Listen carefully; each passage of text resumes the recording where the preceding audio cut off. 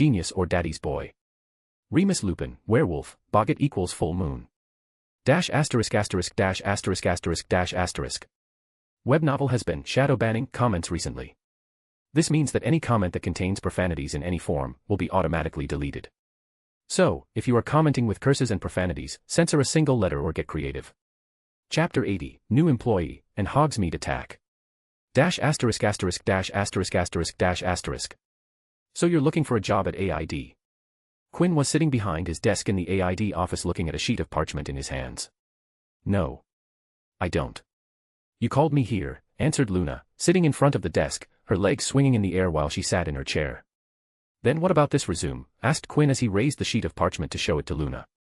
You asked me to write this and bring it to you, Luna replied, picking up a transparent golf ball-sized glass spheroid from the desk.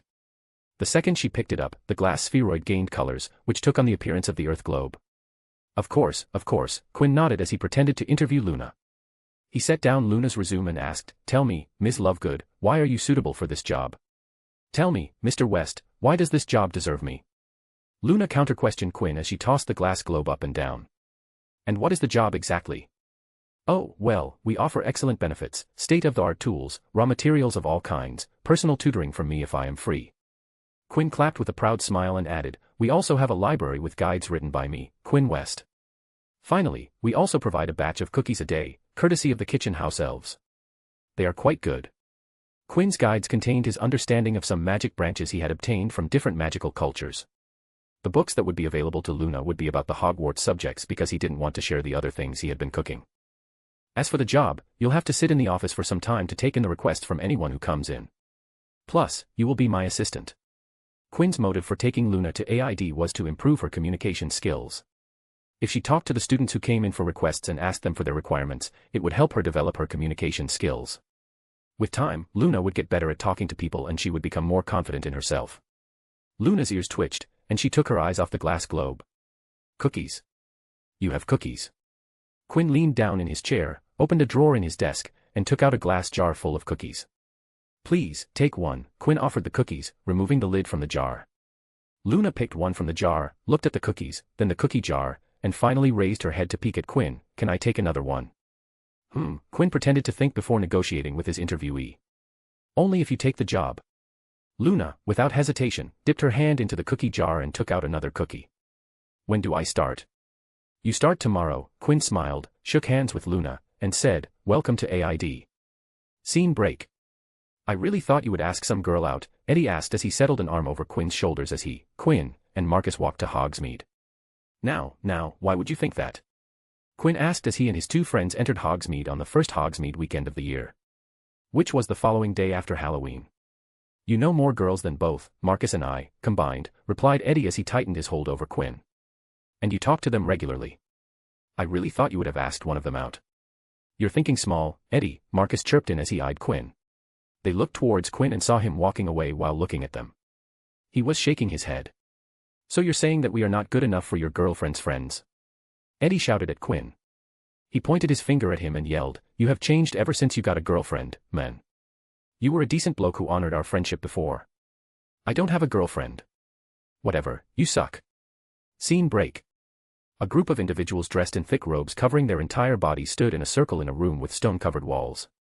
Ominous dark maroon candles on the stone walls cast a dim light on the room's occupants. Today is a Hogsmeade weekend at Hogwarts, one of the robed figures spoke to the rest of the group. A lot of people will be present in Hogsmeade, there will be plenty of activity. He swept his eyes around and went on, parents dropping by to meet their children. Shops full of Hogwarts students, stalls set specially for the Hogsmeade weekend. The person who was speaking smirked and continued, a lot of filthy mudbloods walking around in the open. A wave of malicious chuckles and savage smiles streaked across the room. Those filthy mudblood children must be eradicated before they enter our prestigious society. So today we will descend on Hogsmeade and purge our community from the mudbloods, the speaker, who seemed like the leader of the group, announced their objective. How will we distinguish the mudblood from the others? Asked one of the other robed individuals. The clothes they wear will be their undoing. Target anyone who wears muggle attire. Another person asked, what if someone that is not a mudblood wears muggle clothing? Then they are blood traitors, the leader's words came without hesitation. This is a crusade. In the pursuit of what is right and pure, there will have to be some sacrifices. We are doing good for our society, so don't hesitate and raise your wands against all that is evil. He raised his wand and voiced. Novellus Actionites. All the others raised their wands and chanted in unison. Novellus Actionites. The leader immediately disapparated from the stone chamber. The others followed behind, disapparating one by one, leaving behind an empty room. Scene break. Quinn came out of the 3 broomsticks with a big mug made of glass of cherry syrup and soda with ice and a paper parasol. He had conjured a big glass in order to take his drink out so he didn't have to drink it inside the pub. He drank the beverage from a conjured straw and roamed around Hogsmeade. Quinn was alone because Eddie and Marcus were getting their haircut at the barber. He had offered to cut their hair, but they hadn't accepted the generous offer. He had been cutting his own hair at Hogwarts. It was easy when you had magic and knew exactly what needed to be trimmed. Their loss, Quinn said as he put his mouth on the straw. He was walking around to see if something caught his eyes, and something did catch his eyes when a group of robed individuals operated 10 feet right in front of him. All of the robed individuals were wearing masks with a symbol that was clearly a derivative from Voldemort's dark mark. Novellus Oxyonites, Quinn recognized immediately the symbol from the newspapers and turned around without wasting a second. Need to get away from them. ASAP, Quinn muttered with the straw in his mouth, his hands raising the glass mug, the cherry beverage still being sucked through the straw. The leader of Oxyonites noticed Quinn and saw that he was wearing Muggle clothing. Plus, the way he turned on the spot showed that he recognized them. Get that kid, the leader ordered the 2 other members, pointing at the retreating Quinn. We'll use him as an example. Quinn, who was walking quickly, didn't know that the only reason the terrorist group was targeting him was that he was wearing a comfortable jumper. The 2 Oxyonites smirked under their masks when they saw Quinn turn into an alley. He just made their jobs easier by separating from the crowd. The duo of Oxyonites entered the dark alleyway and saw that Quinn was walking to the end of a closed alleyway, probably thinking that if he hid, they wouldn't be able to find him. One of the Oxyonites raised his wand and shot a spell on Quinn's back, smirking at the easy target, but the spell just passed through Quinn and hit the wall in front of him. Both Oxyonites looked at each other with bewilderment on their faces. When they returned their eyes to Quinn, he stopped. The other Actionite had just pulled his wand out to cast another spell at Quinn when they heard a thumping noise at their back. When they turned back, they witnessed Quinn standing behind them, and before they even had the chance to widen their eyes in surprise, their wands were expelled from their hands.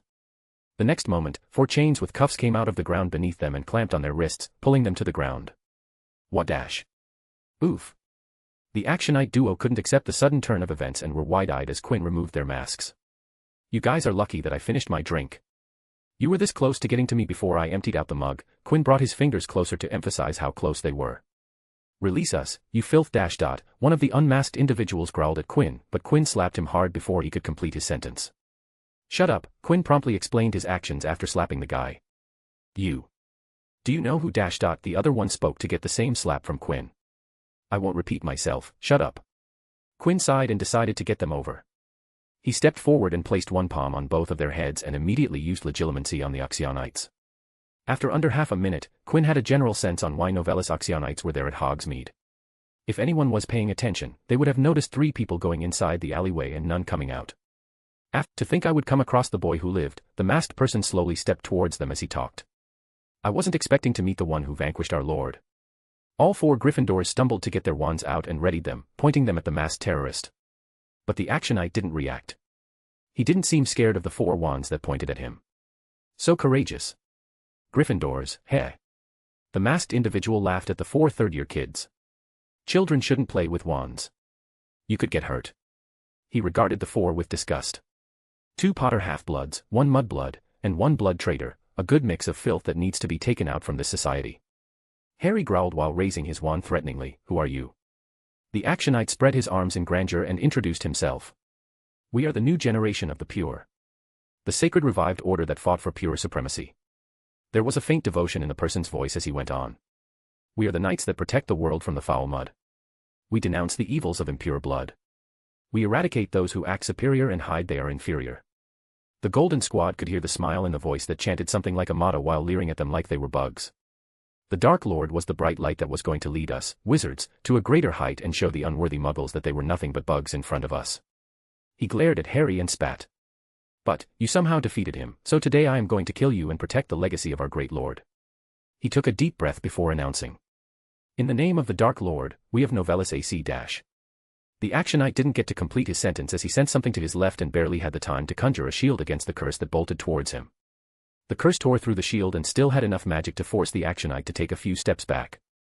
His sudden predicament wasn't over when another curse followed after the first one and made full contact.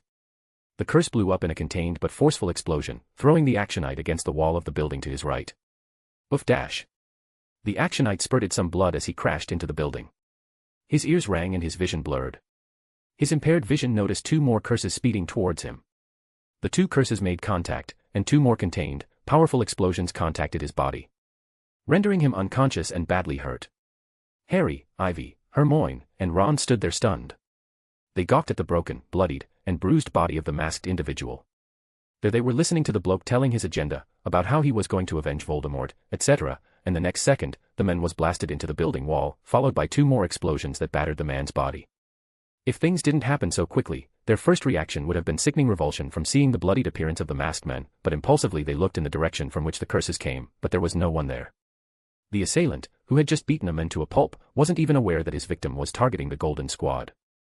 No, Quinn was just too busy jumping around rooftops, attacking any masked individual he could see. Parkour wasn't his specialty, he was stumbling to get around Hogsmeade before the Oxyonites spread too much and were out of Quinn's reach. He wanted to get more of them while they were still together in big groups and before they moved in different directions in small duos trying to kill more and more Muggleborns.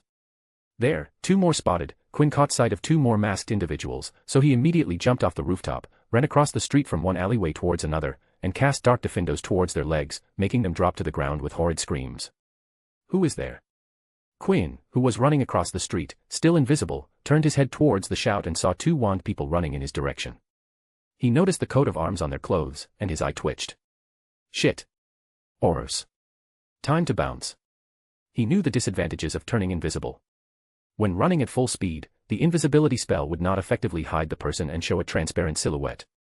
Quinn sprinted and ducked into an alleyway. You check out those 2. I'll follow the assailant, one Aura spoke to her partner and sprinted towards the alleyway. When the Aura arrived at the opening in the alleyway, she saw a transparent silhouette rushing out from the other opening of the alleyway. She gritted her teeth and sprinted to follow. Aura, freeze. In the empty alleyway, Quinn looked down from the building wall he was sticking to and thought. All right, she is gone. The transparent silhouette that the Aura saw exiting an alleyway was an illusion that he cast to get her away from the alleyway, so he could escape. He shot ropes from the Season Pull spell towards the rooftop and pulled himself up. Quinn walked across the sloped rooftop, dropped in the next alleyway, and walked out looking scared and clutching his clothes, so he would mix in with the current situation. As Quinn walked near the Hogwarts entry of the Hogsmeade, he came across Aura guards guiding the students towards Hogwarts. The person who attacked numerous members of Novellus Oxyonites, some to the point that they needed to be rushed to the hospital immediately, exited Hogsmeade, the site of the attacks, with Auras guiding him to safety. The Novellus Actionites' attack at Hogsmeade concluded with 2 Muggleborn deaths. None of the casualties were Hogwarts students, the 2 fatal victims were adults who came to Hogsmeade for work. After the attack 8 members of Novellus Oxyonites were found incapacitated, the authorities had to rush 3 of the injured Actionite to St. Mungo's Hospital because of the critical nature of their injuries. According to witness statements collected by the Auras, no one saw the person who attacked the Novellus Oxyonites members. The 2 Auras who did notice a transparent silhouette running out from the scene weren't able to catch the prime suspect. At the end of the investigation, the Auras ended up having no identification of the mystery assailant that put 8 people in the hospital. ************* Quinn West, MC, Invisible/Mystery Assailant, because I can. Luna Lovegood, AID employee, takes cookies for her salary. Eddie Carmichael, bro number 1, Quinn sucks. Marcus Belby, bro number 2, he broke the sacred bond. *************** Web novel has been shadow banning comments recently. This means that any comment that contains profanities in any form will be automatically deleted. So, if you are commenting with curses and profanities, censor a single letter or get creative. Chapter 81, Returns, and Patronus vs. Dementors. *************** Quinn entered the Great Hall, where the students were being directed by the prefects, head boy and girl, and the professors. The Great Hall emptied out its 4 long house tables, and the entire student population gathered inside it. Looking at the hordes of students, Quinn made his way towards the students clad in blue. Towards the gathering of the Ravenclaw house. Quinn walked at a slow pace, all the sprinting, climbing, and jumping he did at Hogsmeade had left him physically exhausted. Just a second before Quinn reached the Ravenclaw gathering, a blonde blur slammed into him and wrapped its slim arms around his waist. Oof. Quinn stumbled to his back feet, and when he looked down, he saw his dainty little employee, junior, and friend, Luna Lovegood. Don't worry, I'm 100% fine, Quinn smiled and gently patted Luna's hair in an effort to comfort her. I actually had a fun time. Had a delicious beverage. I even bought one for you, you know. Luna stayed like that for a moment before separating from Quinn. She wasn't done as she eyed his body to audit if there were any injuries. Her eyes caught a torn patch on his right arm, and she immediately shifted to Quinn's right and carefully used her hands to look under Quinn's torn sleeve at his skin and saw a shallow cut. Quinn sighed when Luna examined him. Okay, I'm 99% fine. This was caused by random rubble from a building struck by an explosion spell. He took out his fake wand and cast a healing spell to heal the cut on his arm. He fixed his clothes after his healing results satisfied Luna. Quinn looked up from Luna and saw Eddie and Marcus standing a few steps away from him. Nice haircuts. You guys look good, Quinn gave them a lopsided smile. He was happy to see both of them safe. He didn't go and check them because, first, they were in the opposite direction to Novellus Actionites' travel direction, and second, both of his roommates were inside a building, safe from stray spells. Eddie and Marcus wordlessly hugged Quinn, happy to see their friend safe. They were terribly worried and stressed when the two didn't see him in the castle when they arrived. The anxiety crept every minute they waited in the Great Hall, peeking at the entrance to see if Quinn was there or not. Quinn closed his eyes as he hugged his roommates. The tiredness was setting in, the adrenaline previously coursing in Quinn's body during his sneak attacks at the Actionites was now taking its toll, making him feel exhausted. Let's make that girlfriend pact, all right, chuckled Quinn as he said the words while hugging them, eliciting laughs from the two boys. After separating from the hug, Quinn walked around the Great Hall, checking on his friends, regular customers, friendly acquaintances, and AID-related acquaintances. Starting with Ravenclaw, Quinn greeted everybody he knew in his own house. He checked on some of his juniors and peers who had come to him when they had a doubt. He went to see Katie Bell at the Gryffindor table and checked on her. Quinn greeted the Weasley twins and swept a lazy eye over the Golden Squad. At the Hufflepuff gathering, Quinn said hello to Cedric Diggory, who he sometimes chatted. He also talked to his frequent Hufflepuff customers. He made small talk before finally moving to the Slytherin table. At Slytherin, he directly went to Daphne and Tracy and saw the two girls standing with Astoria. Are you two all right? The three Slytherin girls turned to come across Quinn, who was standing there with them. Why yeah, we are fine, Tracy spoke, still shocked at what happened at Hogsmeade. Where were you guys during the attack? Quinn asked as he observed the girls, looking if there were any signs of injury.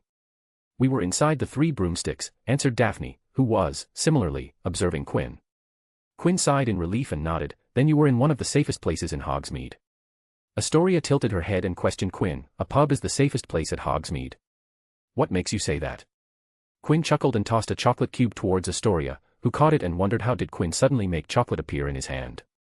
The pub is usually filled with adults, so there surely were plenty of wands to protect students, Quinn explained, smiling as he saw Astoria observing the chocolate in her hand and glancing at Quinn's hand. Apart from Madame Rosmerta's three broomsticks, Aberforth Dumbledore's Hogshead Inn would be the safest place in Hogsmeade. Nay, Hogshead beats out the more busy three broomsticks. The clientele of the Hogshead is much more interesting than the one of the three broomsticks. The people who visited Hogshead liked to keep their faces covered, and the inn was famous for being shady. If someone hostile entered the place, then they would face a barrage of spells from the clientele who liked to spend their time quietly and without disturbance. Where were you? Were you near those men? Daphne inquired in worry. Quinn laughed and waved his hand to dissuade their worries. Fortunately, and weirdly, I didn't come across a single of those rowdy characters that used to visit Hogsmeade today. Quinn raised one finger and added. I did come near an exploding building wall, so maybe that counts. Daphne's and Tracy's eyes widened as they immediately looked to see if Quinn was injured. Did you get hit? Tracy asked with worry heavy in her voice. Nope. Not a single scratch. Quinn rotated on the spot to show them that he had no injuries on his bodies. I bounced the second the wall exploded. Right into the opposite direction. He extended his hand forward.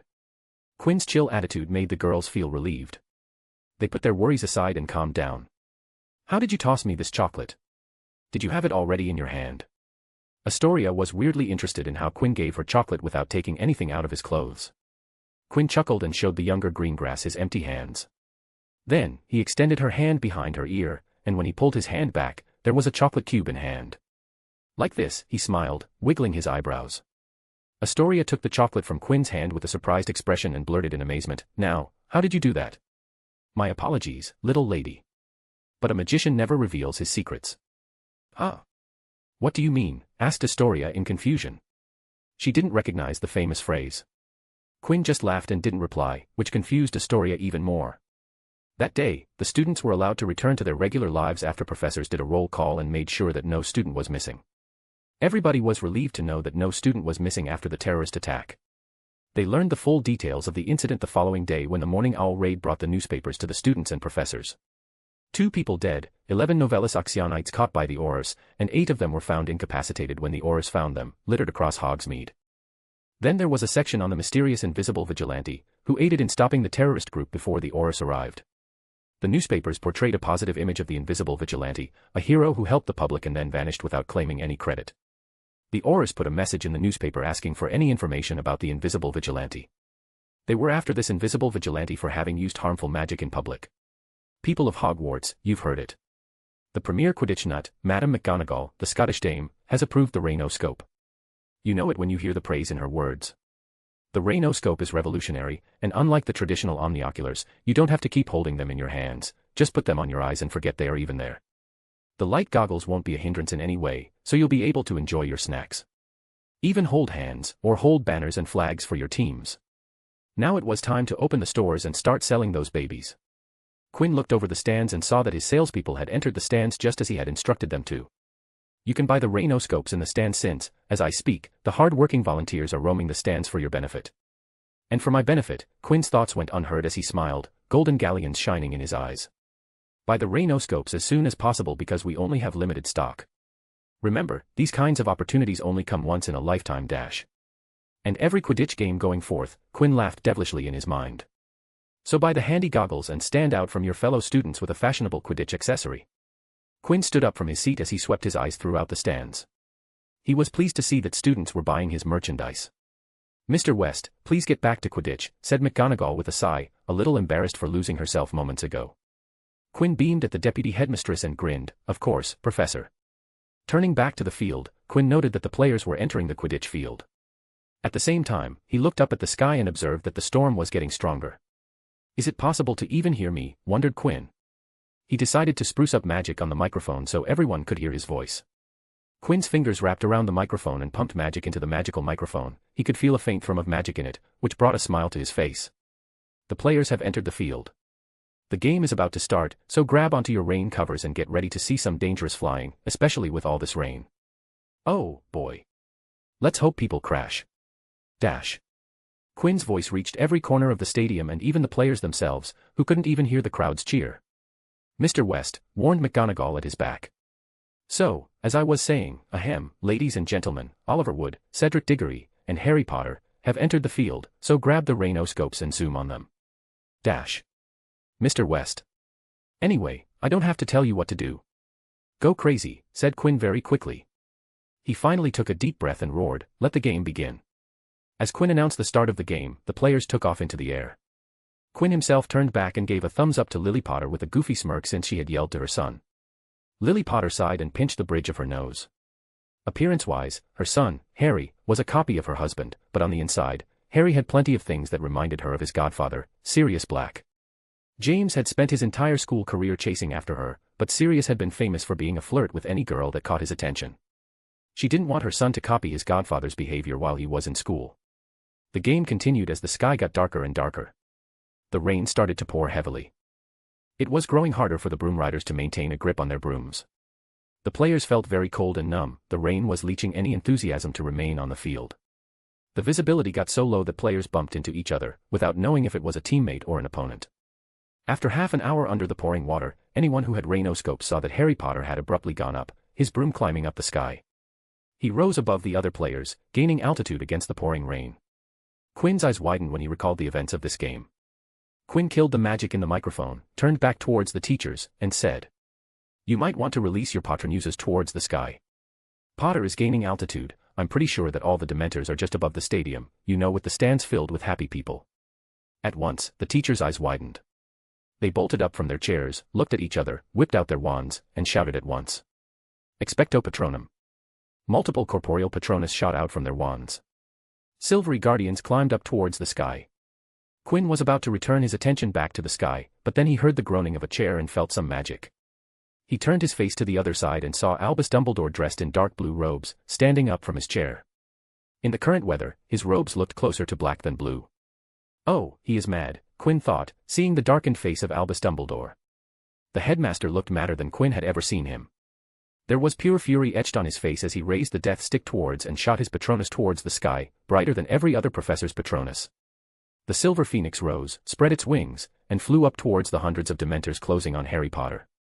Quinn raised his head and saw the Patronuses dancing around Harry Potter, protecting him from the large horde of Dementors while Dumbledore's Phoenix Patronus went after the Dementors with a vengeance, chasing them away from the stands and Hogwarts in general. But, it seemed that Harry was flying in the rain, and the remote contact from the 100 Dementors before the Patronus got to his aid was enough to make him lose consciousness. The Seeker let go of his broom and started to fall towards the ground. Harry's falling off his broom, he's coming down. Quinn warned the professor so they could slow Harry down and stop his fall. I shall take care of Harry, alerted Dumbledore the other professors. A blue light was cast from the Elder Wand. The spell darted towards the falling body of Harry Potter and slowed him down, decreasing his speed. Harry came to a complete stop on the ground of the Quidditch field. Quinn stared at the unconscious boy before catching with his eyes the smiling figure of Cedric Diggory and the golden snitch in his hands. Oh, Hufflepuff won the game. Of course, no one heard it because Quinn had cut the magic of the microphone. ************. Quinn West, MC, money, money, money. Eddie and Marcus, roommates, nay, they are more than roommates, they are bros. Minerva McGonagall, Quidditch nut, quite easy to persuade when it comes to Quidditch.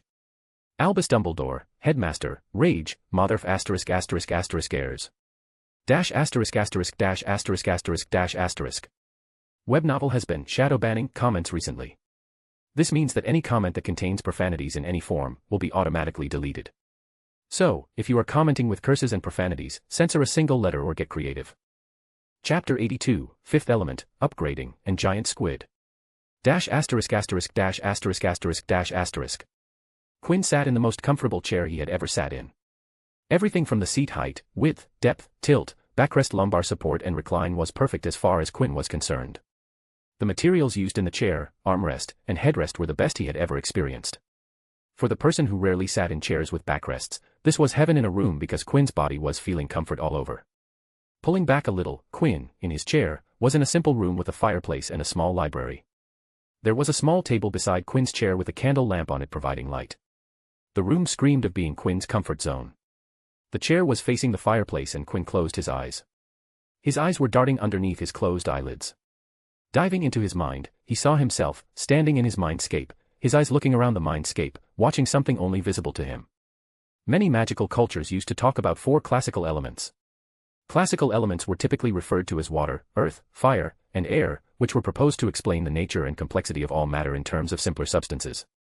Ancient magical cultures in Greece, ancient Egypt, Persia, Babylonia, Japan, Tibet, and India had all similar lists, sometimes referring in local languages to the air as wind.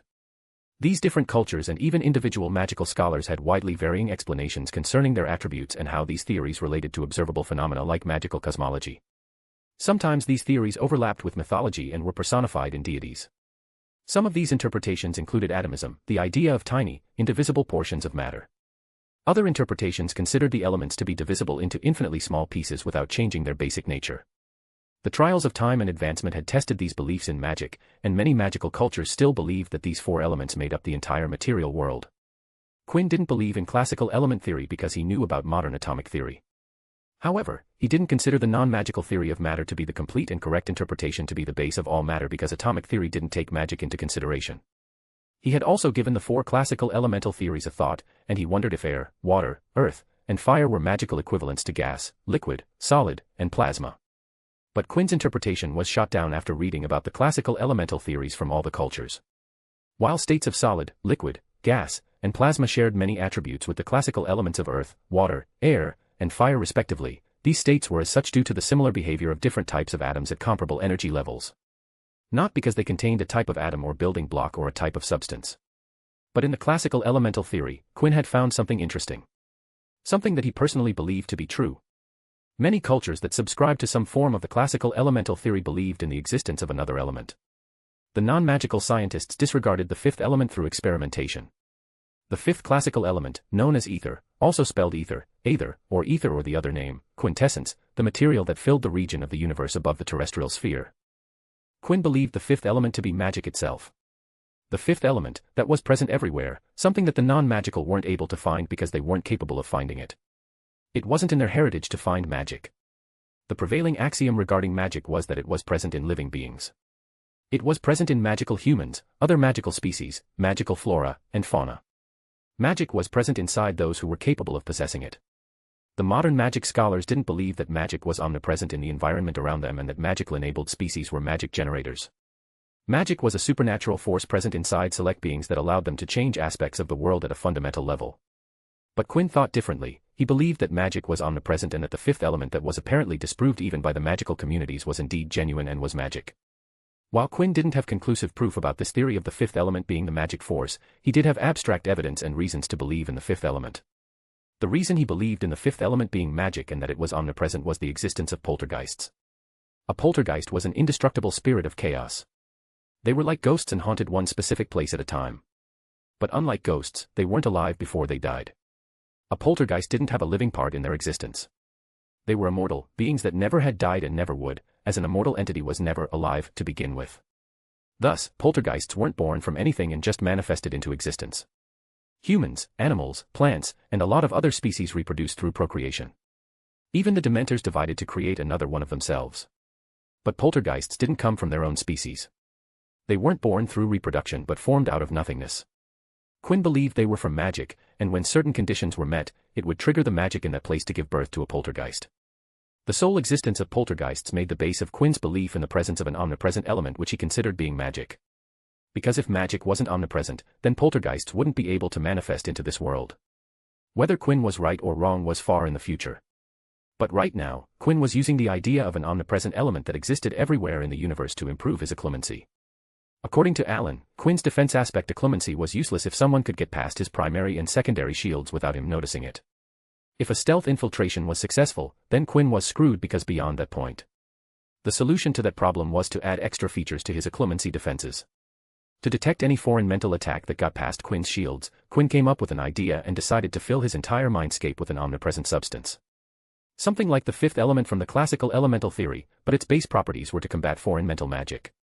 Quinn had drafted a timeline to set up the invisible yet omnipresent mental element that would elevate his occlumency defense to another level. The first part of the process was to fill his entire mindscape with an invisible matter. The challenges of this stage were that Quinn's mindscape didn't have definite dimensions. It was an infinite space that stretched in all directions, so Quinn needed to figure out how to fill an infinite space with an omnipresent matter. The second challenge was to make the matter invisible in nature, that wouldn't be visible to anyone or anything that tried to enter his mind. He had given a thought to turn his entire mind invisible to anyone looking for it, but Quinn wasn't even sure how to do that. He had tried to make his shields work like an invisibility cloak, but that didn't work because Quinn couldn't figure out how to hide something that was so clearly supposed to be present inside of him. Plus, a mindscape was too complex and heterogeneous in nature for Quinn to hide. But in the case of the omnipresent matter, it was homogeneous in nature and relatively uncomplicated enough for Quinn to make things work. Back to the challenge to add the invisible matter to his mindscape, which stretched infinitely in all directions. Instead of taking the approach of filling a glass with water, Quinn decided to add the invisible matter into the very essence of his mindscape. To add the presence of the invisible matter into the very genetic/source code of his mindscape. In the months he had been in Hogwarts, Quinn was able to complete this process. He was able to add a naturally existing matter to his mindscape. His mindscape now had an omnipresent matter, encompassing everything from his both replicas to the empty that extended infinitely. "Oh yeah, I can feel it," sighed Quinn. He could see and feel the addition to his mindscape. "Yeah, this will work, won't it?" The first challenge is over, but this is just the start. Quinn moved his eyes around, moving his body to see in every direction. Now I need to make it completely invisible to any mental probe. The second challenge to Quinn's plan of developing his defense was to make the matter invisible to any mental probe. He needed the attackers to be unaware that there was something that was watching them. The motive to do this was to make them drop their guard. Quinn wanted to make them believe that their job was done, and now they didn't need to be sneaky and careful. One of the things Quinn had learned from the second vault was that you couldn't defend against something you didn't know about.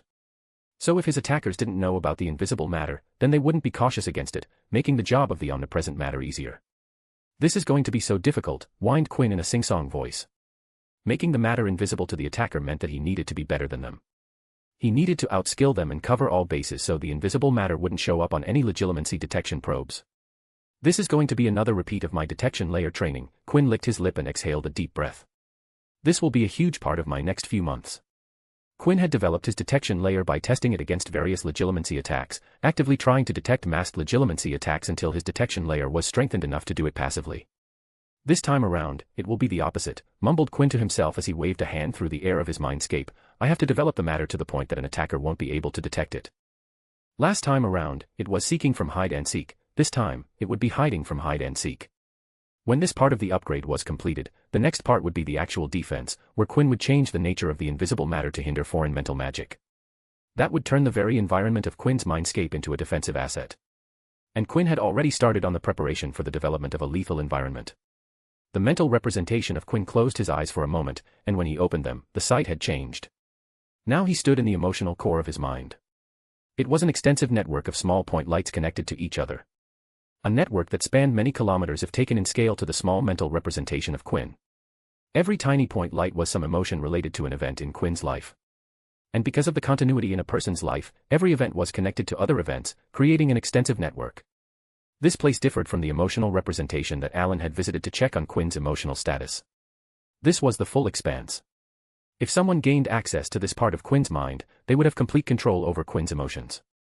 Phew, I forgot how time-consuming constructing this was, sighed Quinn with a sense of achievement, his hands resting on his waist as he admired his work.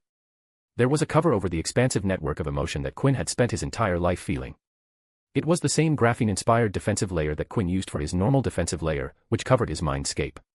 10 layers of interconnected hexagons made a solid cover, proven to work against legilimency attacks.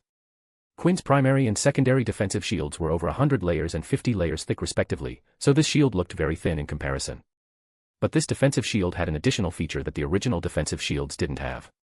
Faint radiation in the shape of circular waves radiated from every vertex of the expansive hexagon matrix. Thousands upon thousands of vertices radiated a mild radiation, which created a protective layer of radiation that covered the shield layers. All 10 protective layers had the same feature, so that resulted in 10 layers of radiation. "This is working splendidly," whispered Quinn, his work brightly reflected in his eyes. "This proves that I can replicate this with the invisible matter." The radiation was a legilimency-inhibiting application of a clemency. Its sole purpose was to degrade the mental probes, such that the probe got weaker as it made its way through the layers of shields.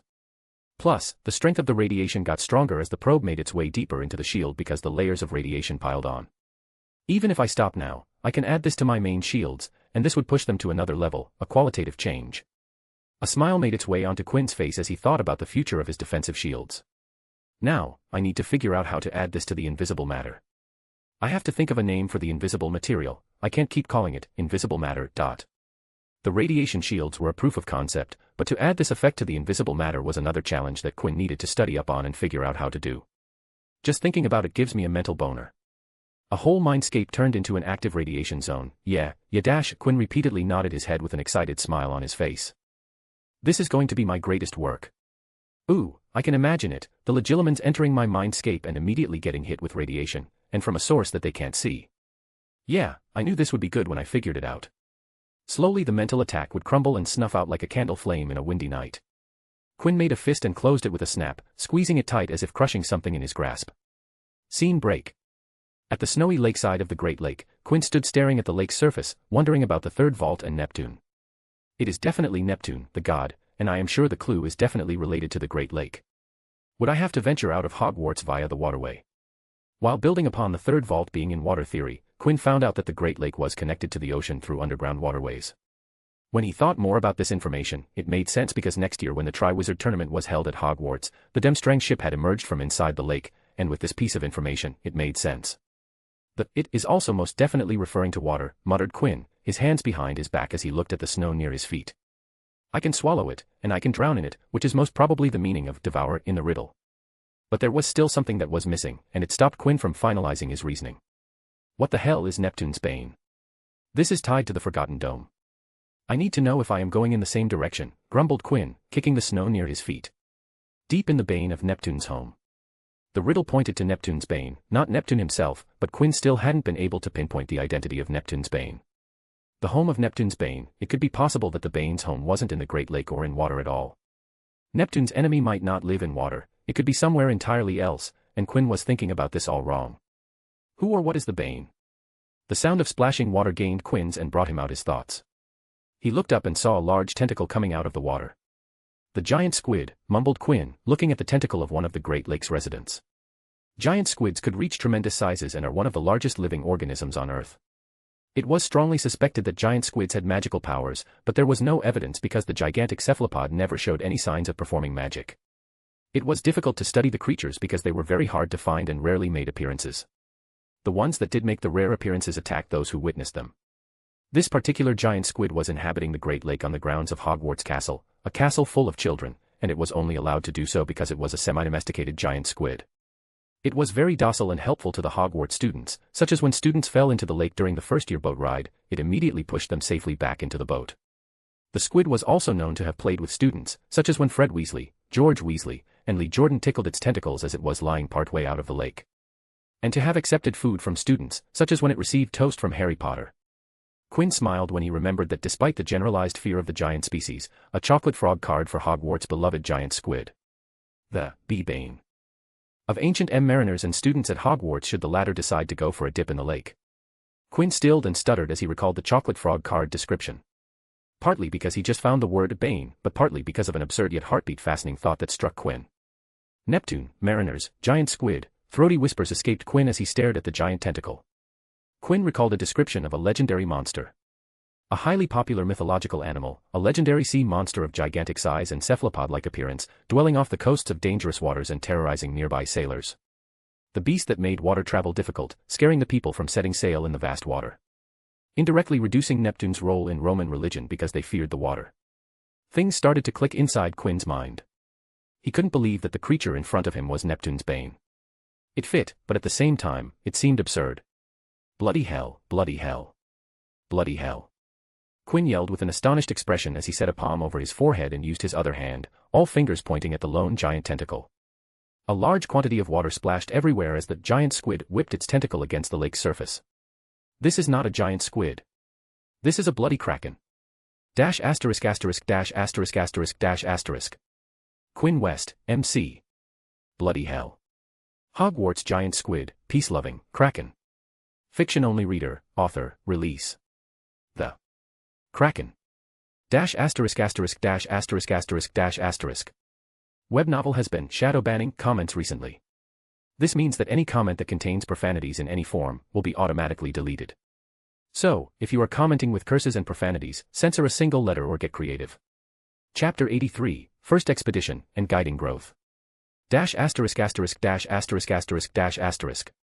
I need to rethink my life choices, sighed Quinn as he walked towards the Great Lake.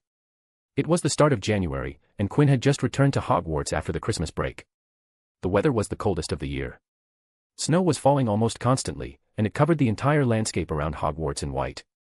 In that heavy snow, Quinn was out of the warmth of the castle. He was about to start his expedition to the landlocked, freshwater lake that served as a natural reserve for magical marine creatures. Why am I going swimming in January? Muttered Quinn to himself as he stomped his foot on the ground. Half a dome of the earth arose from underneath the white snow. Why couldn't it be April or later, or any time that is warmer? Then, the water would feel nice.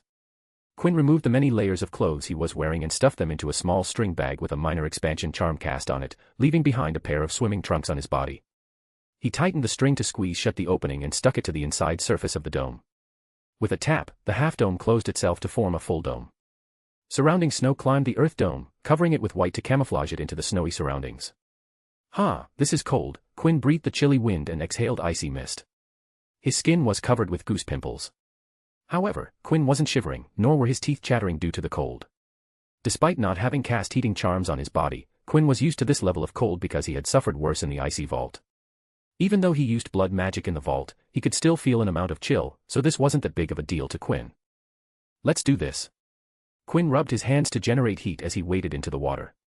Oh yeah, now this cold, he felt the cold water against his skin, searing as though it was fire and not icy water. Quinn sucked in a sharp breath when he felt the chill from the water before his condition returned to normal as heating charms worked their charm to warm up his body. The icy water wasn't cold enough to warrant the use of blood magic. Blood magic was to deal with cold that could literally kill you within minutes. As Quinn walked into the lake, water rose and the depth of the lake increased. Just when the water was at his chest level, a bubble appeared on the lower half of his face, forming a mask covering his nose, mouth, cheeks, jaw, and extended down to his neck. For his first deepwater expedition, Quinn had cast a bubble head charm that produced a bubble around the caster's face, giving them a continuous supply of oxygen and allowing them to breathe where they could not otherwise.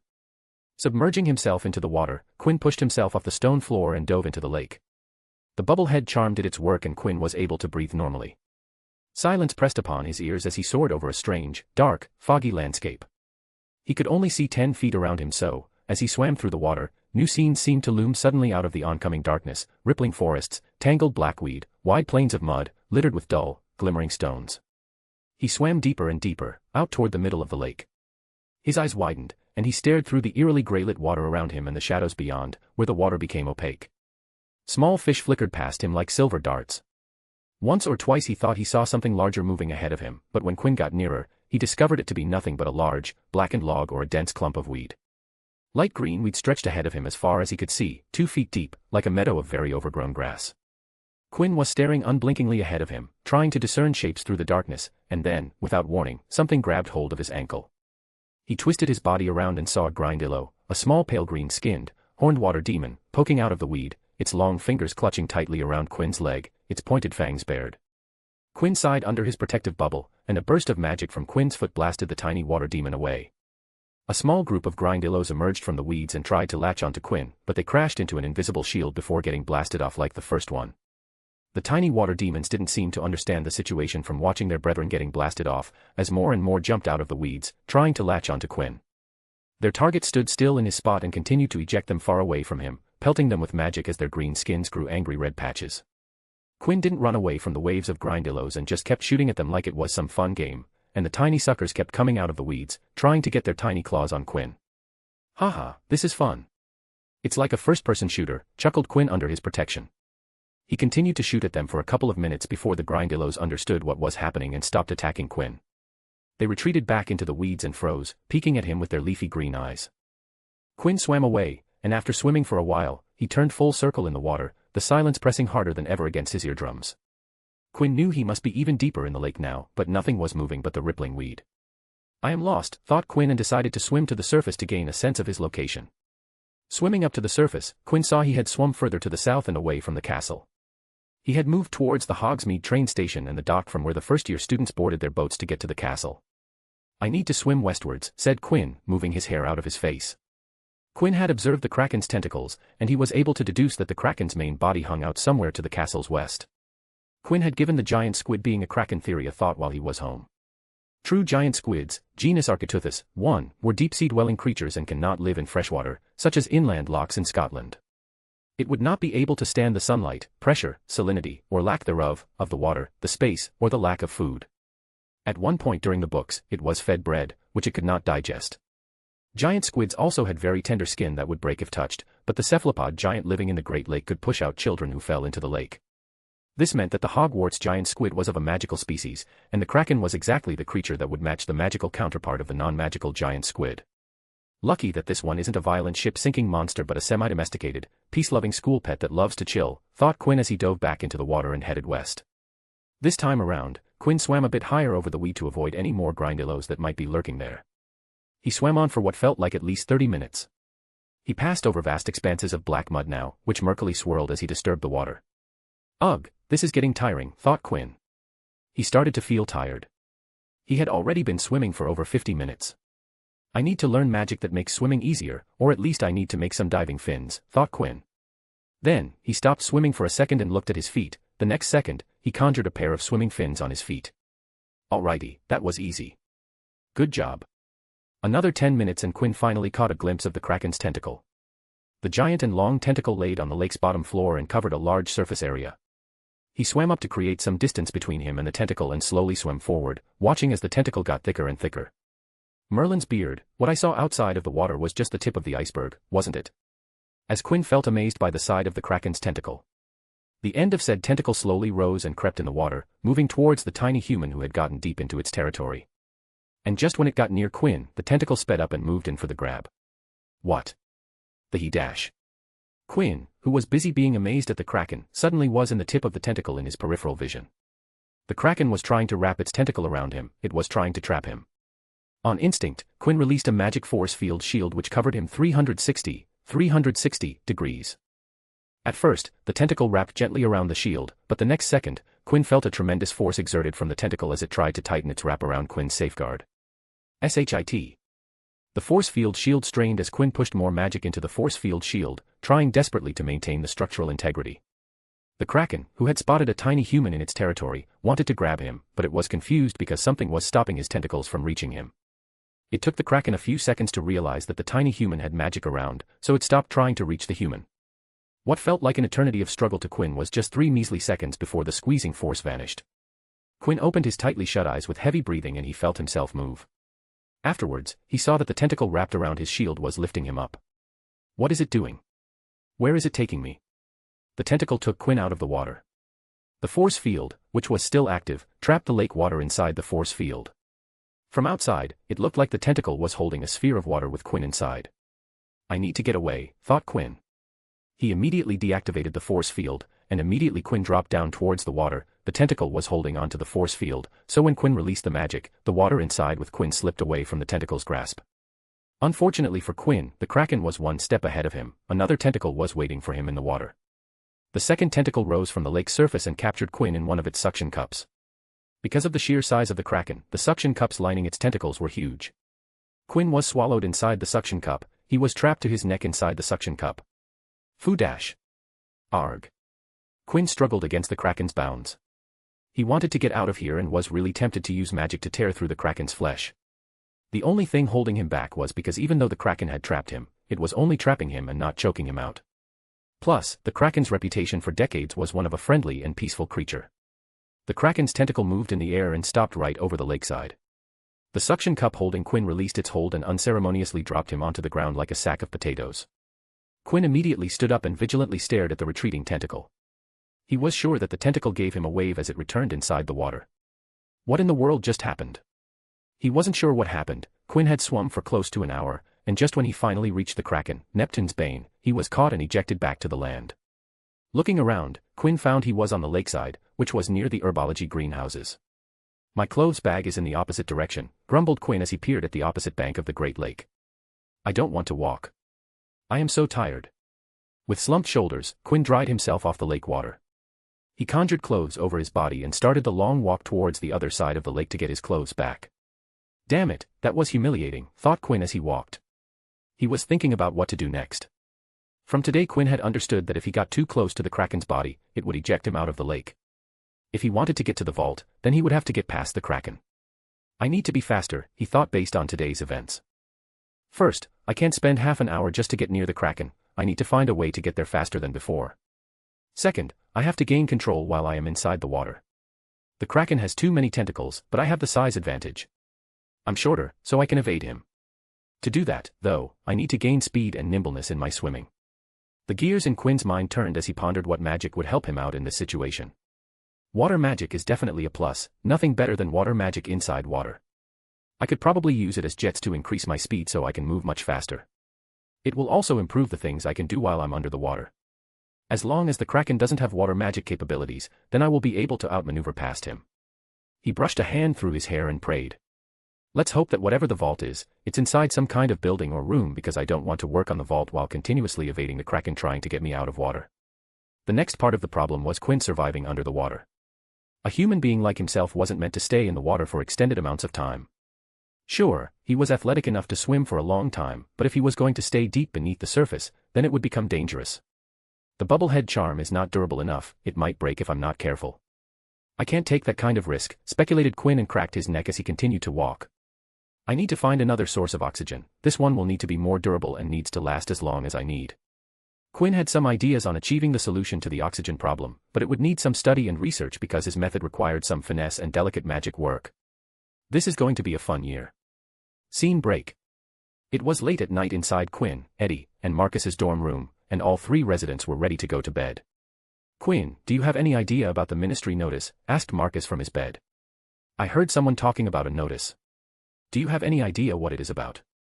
Quinn, who was reading a book on transfiguration from the Caribbean region, closed his book and turned his face towards Marcus. It's about Hogsmeade. The attack by the Novellus Oxyanites triggered the ministry, so they are taking some precautions, answered Quinn. Then, he got up from his bed. He walked to his study table in his dorm room and opened a drawer. He took out a sheet of paper. This is a copy of the notice, informed Quinn as he walked towards Marcus' bed to hand him the paper. Elliot had sent him the copy of the notice by the Magifax installed at the West Manor. The ministry notice was accompanied by a letter.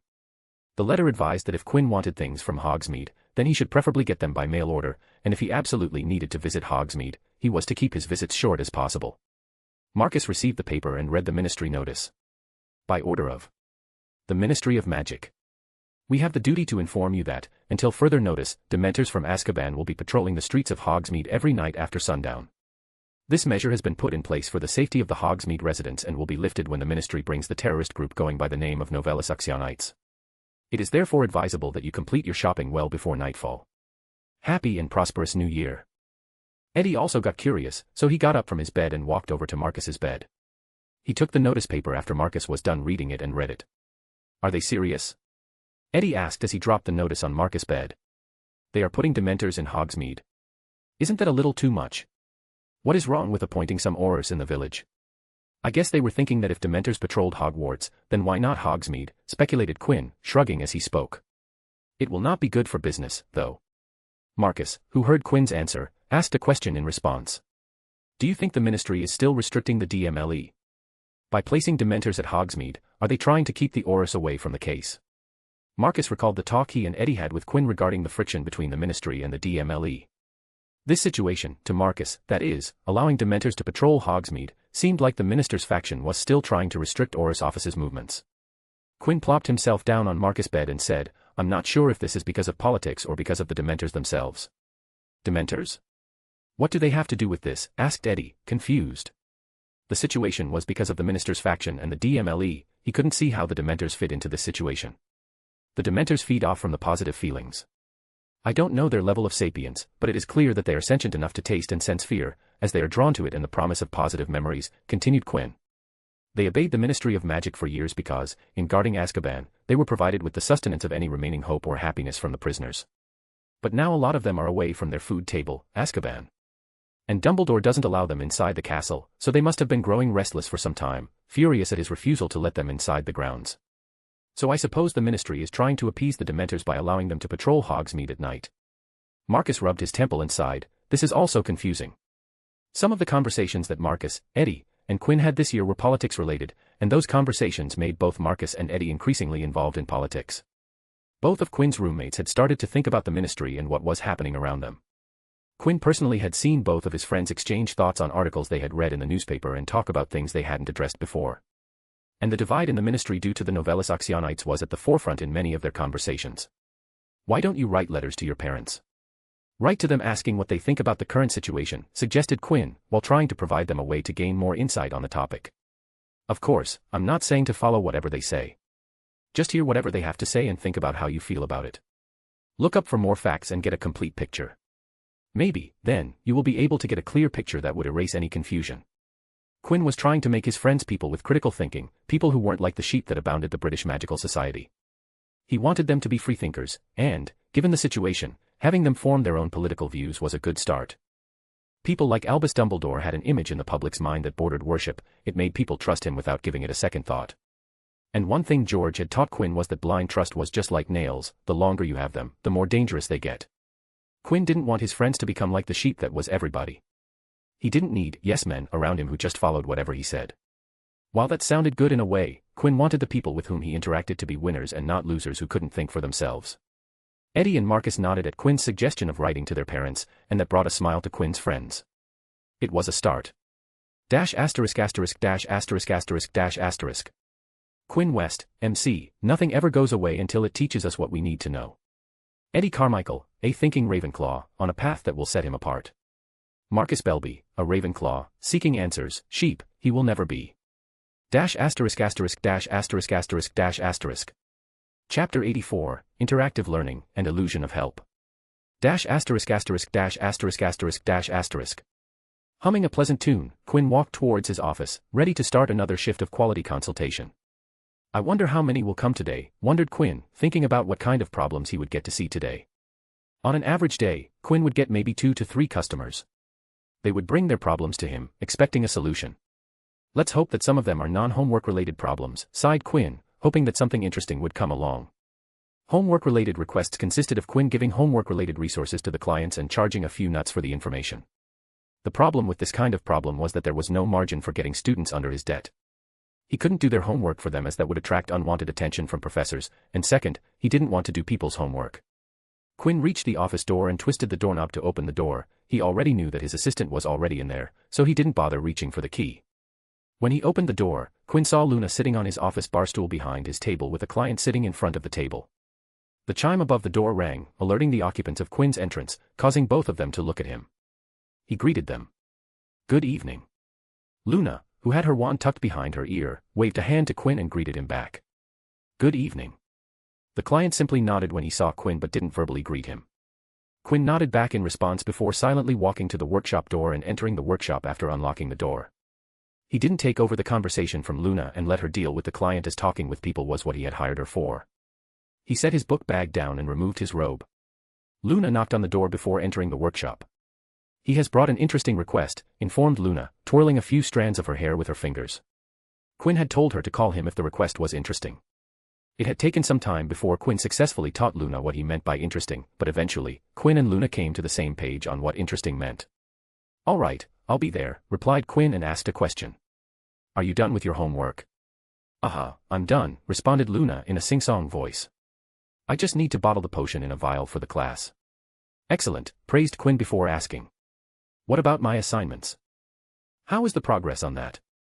Ever since Quinn had hired Luna, he had been giving her topics to study every week. Sometimes it would be theory, other times, it would be practical.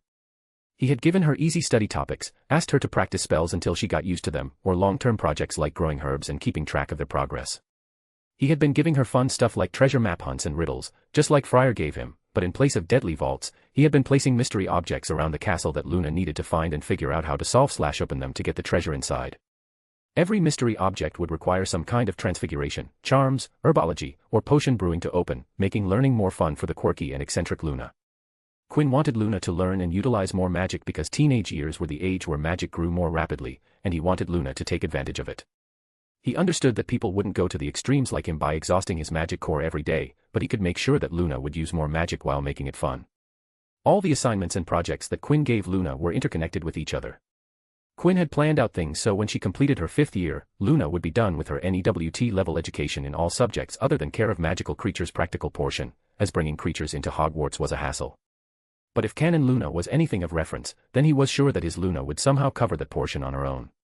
On top of that, he intended to closely monitor her progress to see if Luna was progressing faster because if she showed more interest in learning, he would put in extra things that he thought she would learn and things that Luna would find interesting. He didn't burden her with complicated things beyond her level or dump lengthy assignments which would eat away all her time. But he wanted to make sure that Luna would complete her NEWT education by the end of her 5th year because, by that time, Quinn would be at the end of his 7th year, and that meant graduation, aka, he would be leaving Hogwarts. NEWT level education by the end of the 5th year wasn't much of a challenge because a 5th year student with a wand did have enough focus ability to perform all the 7th year magic there was in the curriculum.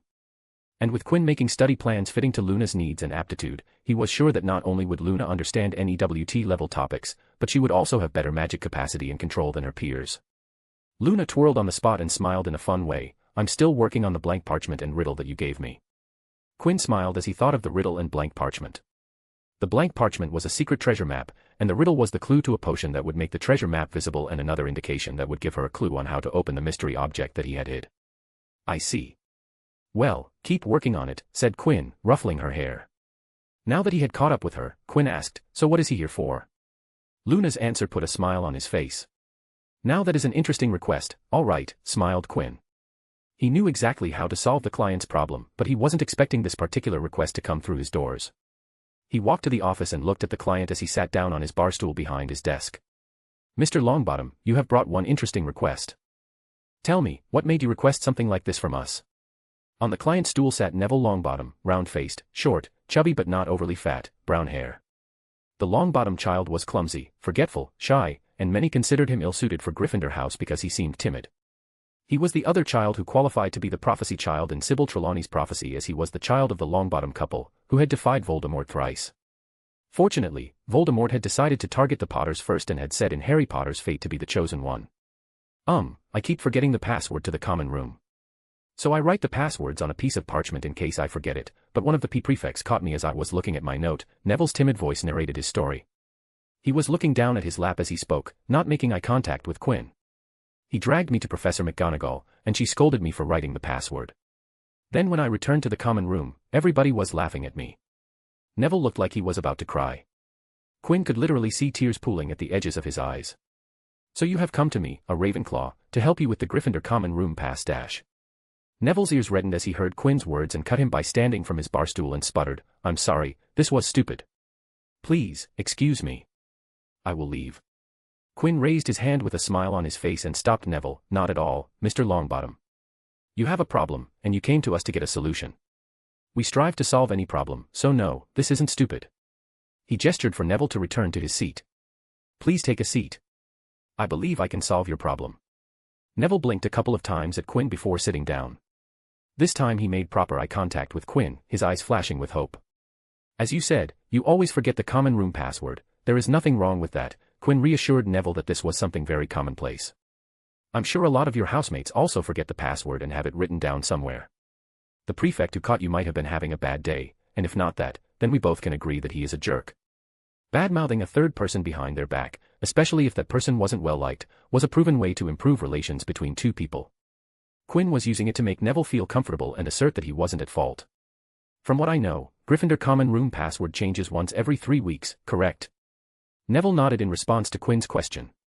Of course, Quinn already knew that. He knew that Gryffindor and Hufflepuff common room passwords changed every 3 weeks, while the Slytherin common room password changed every other week. He had recon long enough to figure out the change schedules. And you sometimes forget it, so you need a way to remember it. That is what you are asking me, correct? Quinn didn't even go in the direction where Neville didn't forget the password, as that would be a lengthy process that Quinn didn't want to overtake. When Neville nodded, Quinn continued, "Excellent, I have just the solution for you. It will allow you to keep a secret copy of the passwords with no one ever finding out. There will be no parchment trail, you just need to make sure that you are alone when you look at it." Quinn stood up from his seat and spoke, "Please wait a moment, and I will be back with the solution." He left Neville behind in the office and walked into the workshop. Inside the workshop, Luna was lying on the floor intently staring at the Riddle parchment. The parchment was levitating above her, with Luna's wand in her hand. As Quinn walked to a potion cupboard, he stared at Luna. It looked like she didn't notice Quinn walking as she kept staring at the parchment. She's weird, thought Quinn with a smile on his face. Quinn opened a cupboard and searched for a potion vial. It was one of the potions that he had learned to brew before Hogwarts. He brewed it because it sounded fun, and he had all the ingredients lying around. Ah, found it.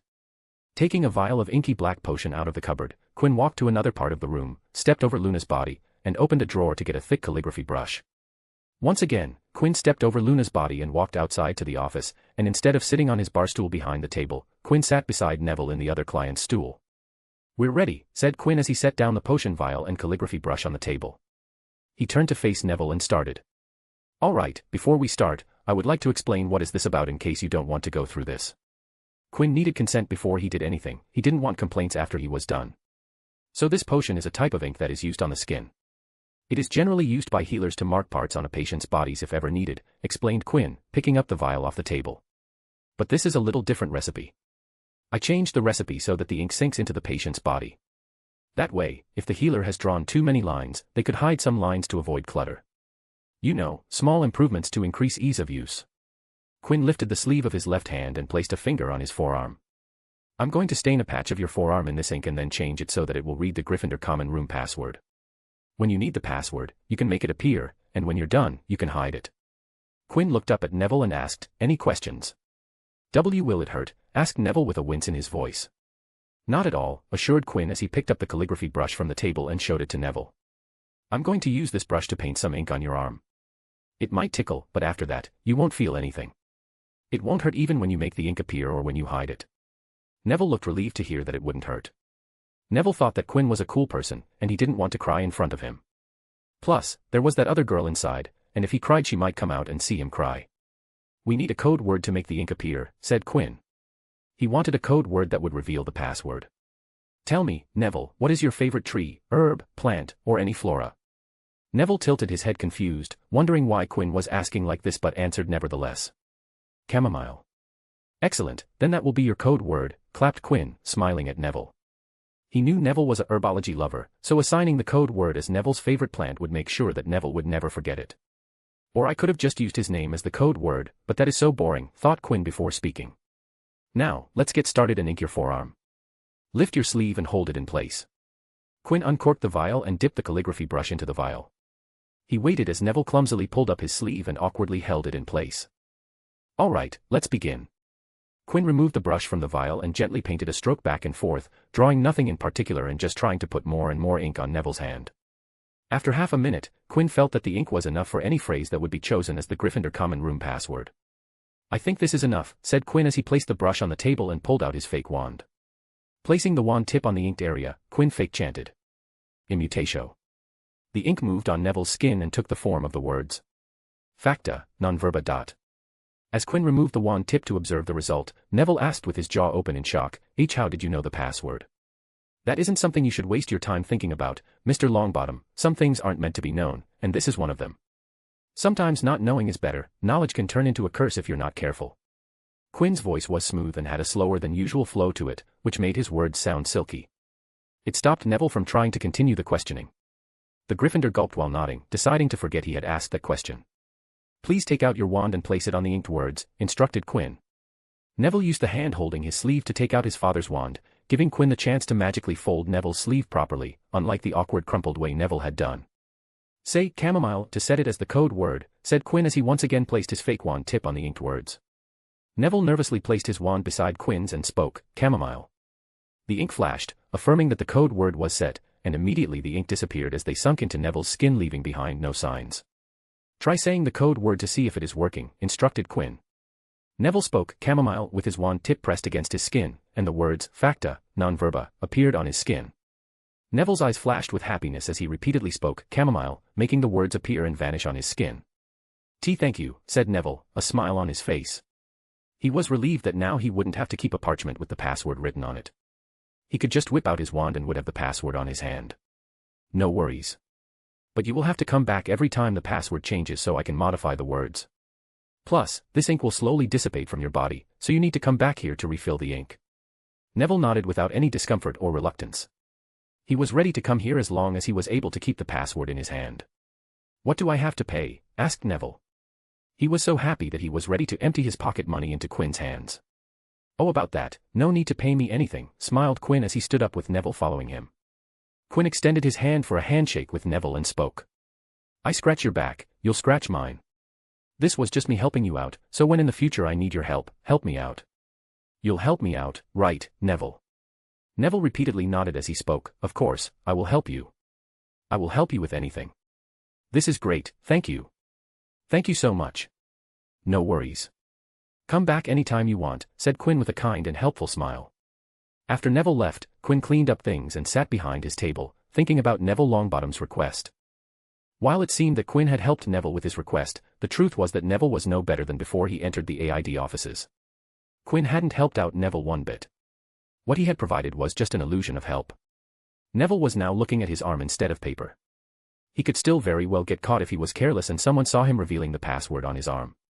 Plus, now, Neville was under the assumption that he would have to return to AID offices to reset the password and refill the ink in his arm. Neville had gone from simply writing the password on parchment, which he did on his own, to writing the password on his arm, which required Quinn's assistance. Quinn, of course, knew all this, and despite that, had chosen to use such a solution. No. To better phrase it, Quinn had given Neville the solution, knowing that it wouldn't help out Neville. Quinn wanted Neville to retain the problem and repeatedly return to his office to avail his services, as that would enable Quinn to increase the amount of help he handed out to Neville. A day would come in the future when Neville would feel that he had gotten so much help from Quinn that he wouldn't be able to refuse anything that Quinn asked from him. Quinn sat on his bar stool, looking at where Neville had sat as he tapped his fingers on the table. Eventually, a soft closed-mouth smile made its way to Quinn's face. Like a spider watching a butterfly flying towards its web. **********. Quinn West, MC, provided help, and is ready to help more. Neville Longbottom, Gryffindor, entered the cycle of problem and help. Luna Lovegood, Weird, put on an accelerated learning path without her knowing. ************. Web novel has been shadow banning comments recently. This means that any comment that contains profanities in any form will be automatically deleted. So, if you are commenting with curses and profanities, censor a single letter or get creative. Chapter 85, Aquatic Showdown, and Exposed. ***********. Sitting by a bank in the Great Lake, soaking his feet in the cold water, Quinn readied himself for another deep dive into its depths. It had been a few weeks since Quinn had tried to get close to the Kraken. He had been practicing his swimming near the surface, away from the Kraken's main body. He had been practicing his magic so that when he did approach the Kraken once more, he wouldn't be helpless. Well, I'm not exactly helpless. I could injure it and take my chance. Yeah, but that would probably not go my or the Kraken's way, grumbled Quinn, while swinging his soaking feet in the lake water. Quinn was sure that he could reasonably injure the Kraken. Last year, while under the Sin Curse, Quinn had learned a lot of destructive magic and had practiced it even more. The Room of Requirement had dealt with a lot of abuse from Quinn, who had a penchant for destruction. So Quinn was sure that if he turned his magic against the Kraken, he would make the legendary monster feel a lot of pain and rip and detach at least one of its tentacles from its body. But at the same time, Quinn wasn't sure what he would do when it came to defending. The water was the Kraken's territory, his home ground, and Quinn was an outsider, playing an away game, which meant that Kraken had the field advantage. Quinn had done some mental simulations, that is, he had imagined how things would go if he fought the Kraken. In lots of them, he ended up crushed by a Kraken's tentacle or eaten by the Kraken or being repeatedly smacked into the lake bed till he was broken and dead. I wanted to say that our battle would be legendary, smirked Quinn but sighed while shaking his head. Alas, it won't happen, but, maybe. Nah, it won't happen. Quinn stood up and walked into the lake, water climbing up his body as he waded forward. When his feet no longer touched the ground and had swum a distance from the shore, he stopped himself from floating and let himself sink into the water, disappearing from the surface. In the deep blue and somewhat murky green, he closed his eyes and held his breath. Afterward, Quinn brought his hands to the sides of his neck and sunk deeper into the water. Magic flowed in his body and thrummed as it showed its charm. Quinn opened his mouth and let water flow in, and a few seconds later, bubbles emerged from beneath Quinn's hand. He opened his eyes and put away his hands from his neck, which revealed 3 large slits just below his ears, flapping in the cold air. Gills were a respiratory organ found in many aquatic organisms that extracted dissolved oxygen from water and expelled carbon dioxide. Gills were tissues that were like short threads, protein structures called filaments. Each filament contained a blood capillary network that provided a large surface area for exchanging oxygen and carbon dioxide. Human transfiguration was a sub-branch of transfiguration and a kind of transformation where one transfigures human body parts or an entire human being into another form. Human transfiguration on oneself was an arduous process because you added organic parts to the human body that weren't part of the original human physiology. If not performed correctly and carefully, then the caster would be in a world of complications. Adding gills to himself for oxygen and carbon dioxide exchange under the water was a simple enough idea that Quinn borrowed from Harry Potter and Victor Crumb's performance in the second task of the Triwizard Tournament. Harry had used gillyweed, a magical plant, to achieve underwater breathing.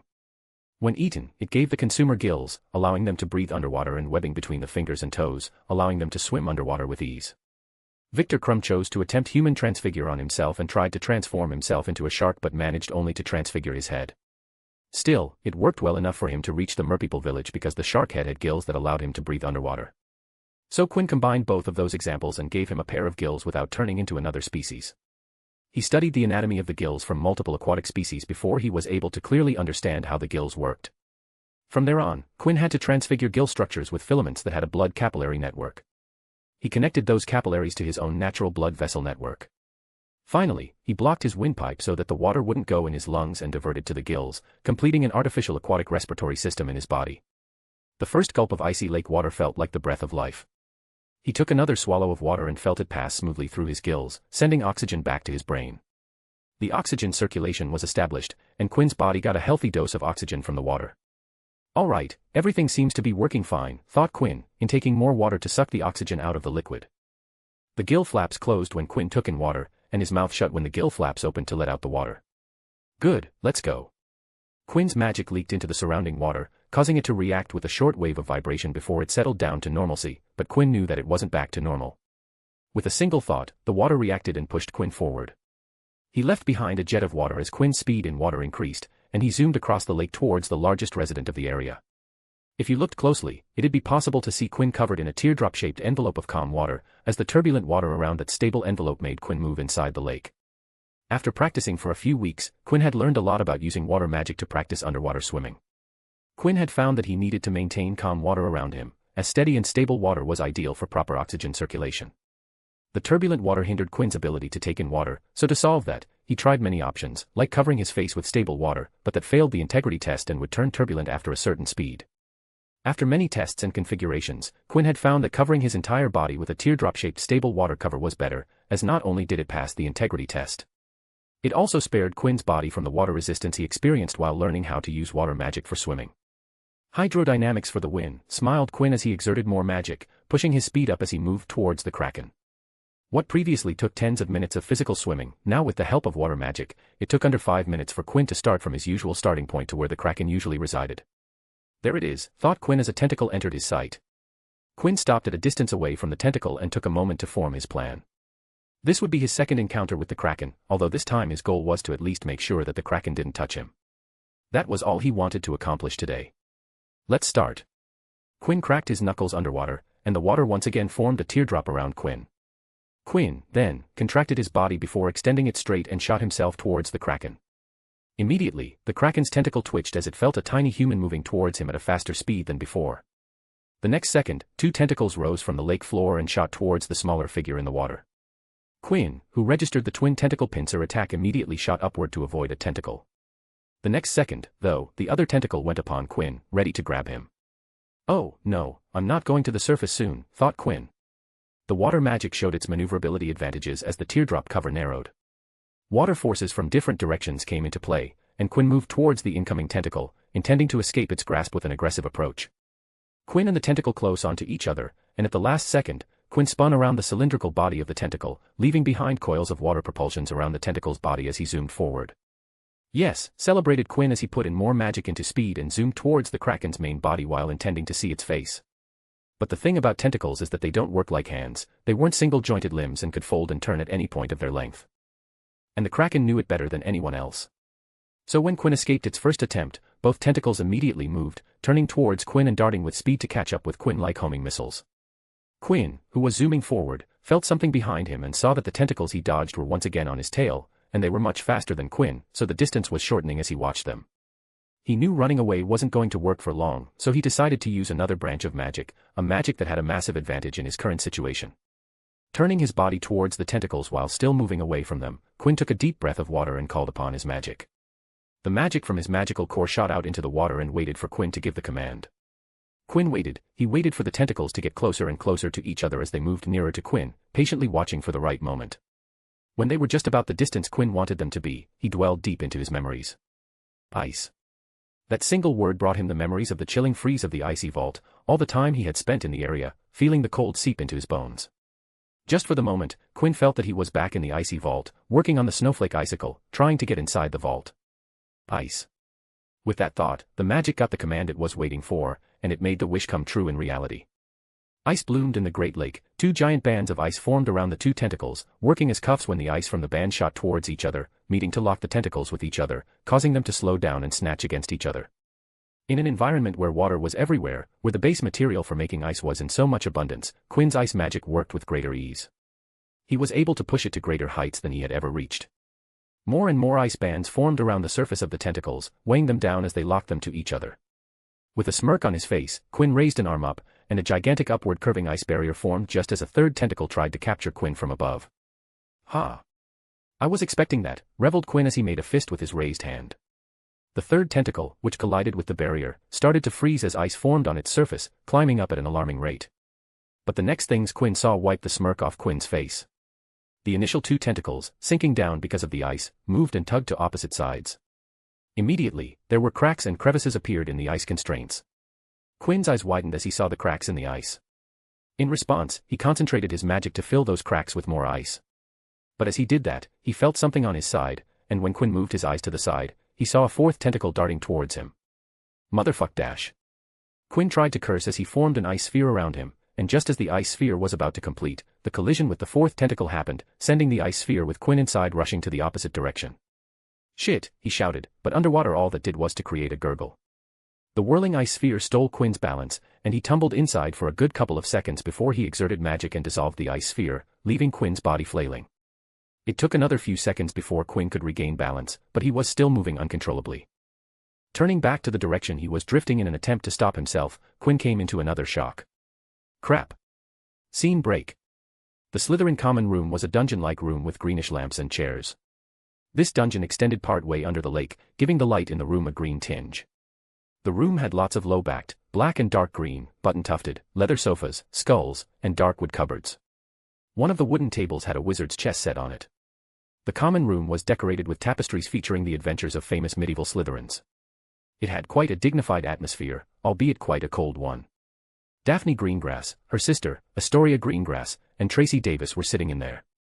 Tracy and Astoria were playing a game of wizard's chess while Daphne was reading a book. There was no one else in the spacious area. So except for the occasional crosstalk between Tracy and Astoria, the only sounds in the room were the ticking of a clock, moving of chess pieces, and turning pages. The 3 occupants were comfortable in the room's tranquility until a heavy thump broke it. All 3 girls jumped in their chairs and looked at each other before hastily looking towards the source of the shattering thump. The 3 girls saw a person pressed up flat against the glass panels that showed the underwater view of the Great Lake. Tracy blinked a couple of times, squinted her eyes to thoroughly look at the person, and her eyes opened when she recognized the person. Quinn.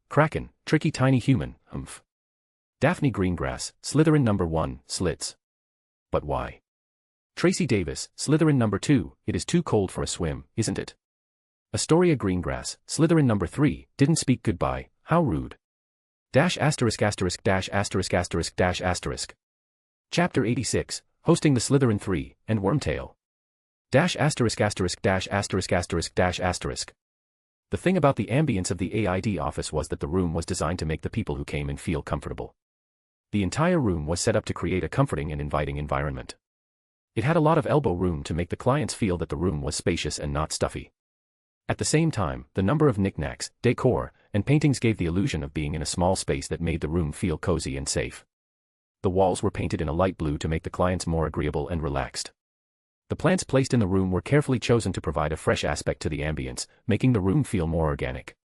The room's entire purpose was to make the person who came in feel comfortable enough to open up about their troubles. To provide a safe space that put them at ease. And the things that tied everything in the room were the main focus in the room, the host, the person who owned and operated the place. And currently, that host was totally focused on maximizing the comfort level of the people sitting in front of him. "Please make yourselves comfortable," stated Quinn with a calm smile on his face. "Do you girls want something to drink? I have butterbeer, gillywater, soda, or milkshakes. I have lots of fruits that you can choose from." The eyes of 2 of the 3 girls sitting in front of Quinn shined. They spoke up. "I want a butterbeer," asked Tracy with a shine in her eyes and joy in her voice. She had some butterbeer for the first time at Hogsmeade and enjoyed it very much. So when Quinn offered, she jumped at it. "Gillywater, please," replied Astoria from her chair, looking at the various knickknacks and paintings. The 3rd girl sighed at her 2 companions before replying. "Nothing, thank you." Quinn stood up from behind his desk and walked to his workshop. When he came out with a bottle each of butterbeer and gillywater. "Daphne, are you sure you don't want anything?" asked Quinn as he put down the chilled bottles on the coasters on the table in front of Tracy and Astoria. "I can brew a pot of tea if you don't want something cold. I have a variety of tea leaves that you can pick from." "I would like to know what were you doing in the Great Lake?" asked Daphne, making clear eye contact with Quinn. "Straight to business." "I can respect that," said Quinn sitting back down on his bar stool. "Ahem, what I was doing in the Great Lake. Well, I was swimming," replied Quinn after clearing his throat, hoping that this would clear every doubt. But Quinn knew that he was kidding himself. "In late January," persisted the blonde Greengrass, with a tone laced with skepticism. She didn't believe Quinn would go for a simple swim in the icy waters. Quinn matched eyes with Daphne and answered with a straight face. Yes, one warming charm, and I was all set for a nice swim. What about the gills beneath your ears? Why were you using magic that isn't taught until the 6th year? Asked Daphne, pushing for more information when she heard the short answer from Quinn. Quinn snorted and scoffed at those words. He bragged with self-confidence laced in his tone, I'm the smartest student at Hogwarts. Year restrictions have never stopped me and never will. I wanted to go deep diving, so I gave myself a pair of gills, nothing complex. He took out his fake wand with his right hand and waved it to perform magic on his left hand. The digits of his left hand twitched, lengthened a bit, and gained another joint. Flexing his fingers, Quinn showed the girls his fingers with 3 interphalangeal joints and a thumb with 2 joints.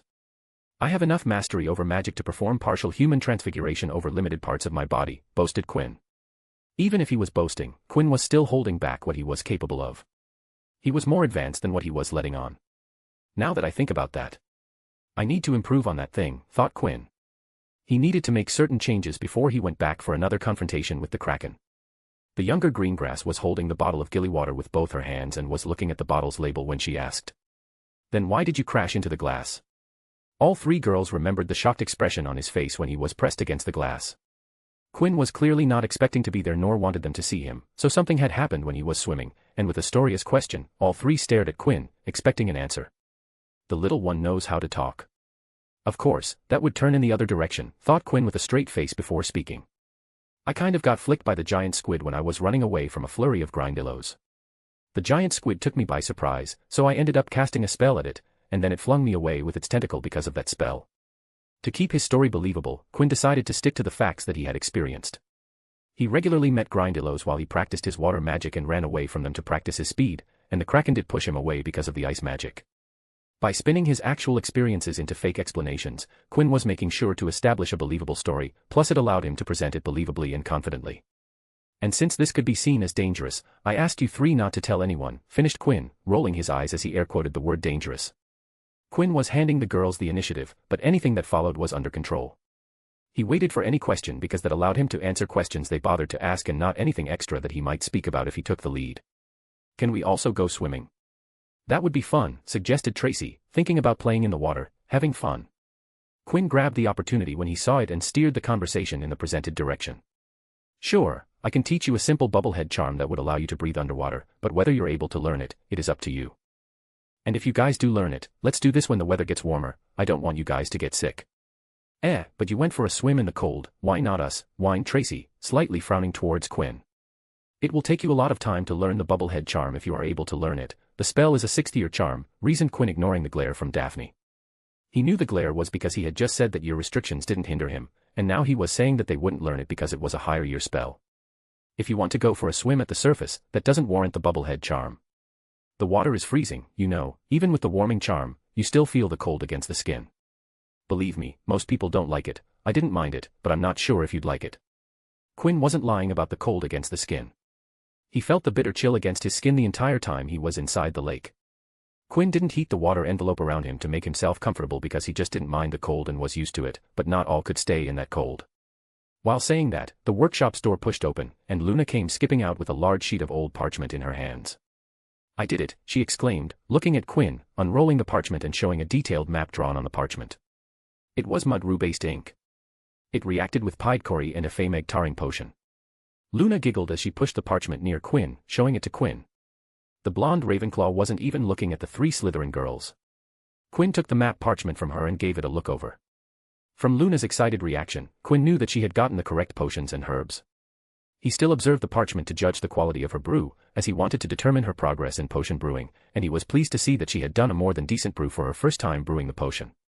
Good job, Luna, praised Quinn, smiling at the parchment before smiling at his friend/junior/assistant.